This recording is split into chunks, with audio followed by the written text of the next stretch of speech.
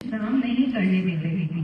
जिस प्रकार जल अपने पात्र के अनुरूप आकार ले लेता है, उसी प्रकार महल की स्त्रियां भी समय के अनुरूप स्वयं को ढाल रही थी। परंतु मांडवी उमड़ते विचारों से व्यथित थी और ना ही वह स्वयं को समय के अनुरूप ढाल पा रही थी।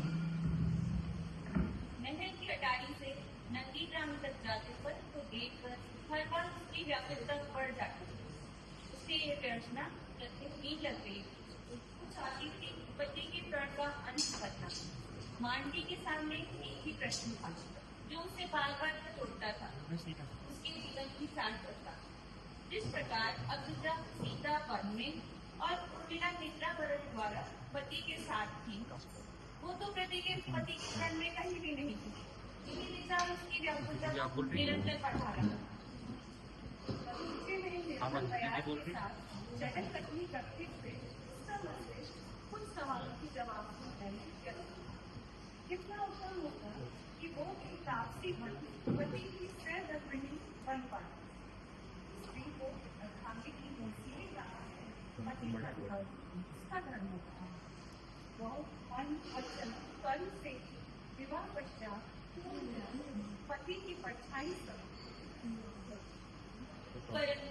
आर्य भरत ने मुझे इस योग से नहीं समझा। इस सुविधा संपन्न महल में मेरा कोई स्थान नहीं होना चाहिए। जब पति तापसी जीवन व्यतीत कर रहे हैं, तो पत्नी कैसे वैभव विलास का भोग करे?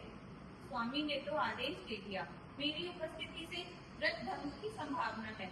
लक्ष्य से विचलित व्रत भंग हो सकता है। भार्या धर्म के बारे में एक बार तो विचार किया होगा। इतने संवेदन थे, कैसे हो गए माँ? अपने समझ अपना कौशल्या को देख मांडवी स्वयं संभली है। पुत्री, क्या हुआ? बहुत व्याकुल लग रही हो। संभवतः एकांतवास की तुम्हारी व्याकुलता है। नहीं माँ, एकांतवास नहीं।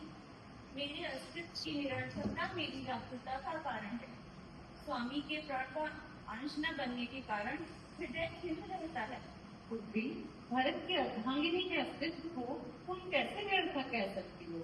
तुमने ये कैसे अनुमान लगाया कि भरत के प्रण में तुम शामिल नहीं हो?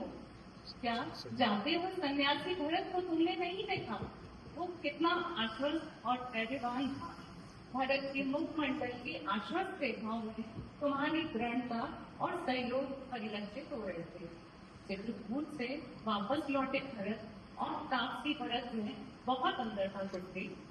परंतु मैंने पत्नी धर्म का निर्वाह कहाँ किया?